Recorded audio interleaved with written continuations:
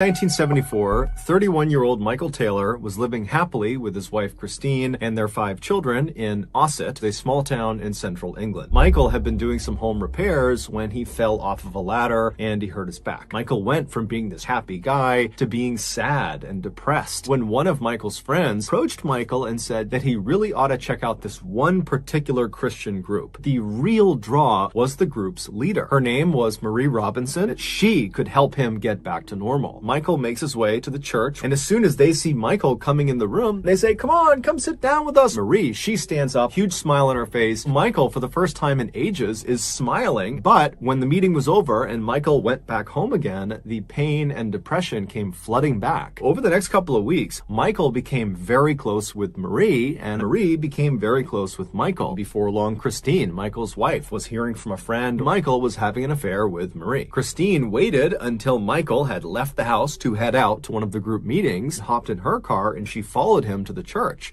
Barges in, and she points at her husband and she says, "I know you're having an affair with Marie." He stands up and looks at Marie, and when Marie made eye contact with Michael, she screamed. He began breaking out in tongues. Michael goes from just barking in strange languages at Marie to suddenly rushing across the room as if he's going to attack her. The members jump on top of him and hold him down, and then Marie suddenly breaks out into tongues too. The group is just totally dumbfounded, so they just begin praying. And then after about an hour, Michael just collapses. Michael would claim he had no memory of what had just happened. At this point, Marie would tell him that she believed Michael was possessed by a demonic force. The only thing they could do would be to perform an exorcism. The Anglican Church of England sent out 2 of their best exorcists, named Peter and Raymond. A day later, they would all meet at this other church. Peter and Raymond began the ritual by praying. Michael began screaming out in tongues as if the words Peter and Raymond were saying were harming Michael. After 8 hours, they finally just came to a stop. Peter and Raymond, they tell him, "We identified 40 demons inside of you and was able to expel 37 of them. Go home. Tomorrow we will finish this exorcism." A few hours later, a woman who lived near Michael Taylor thought she heard something strange, and outside, walking down the street completely naked, covered in blood, was Michael Taylor. The police show up and they find Michael, and he was giggling like a child in the fetal position. A few hours earlier, when Michael and his wife had come home, Michael had fallen into one of his trances and began beating his wife. Fortunately, their 5 children were not home at the time of this attack. During Michael's trial, the prosecution and the defense blamed the Anglican Church of England and Marie and her religious group for convincing Michael he was possessed with demons, which caused him to act out violently and kill his wife.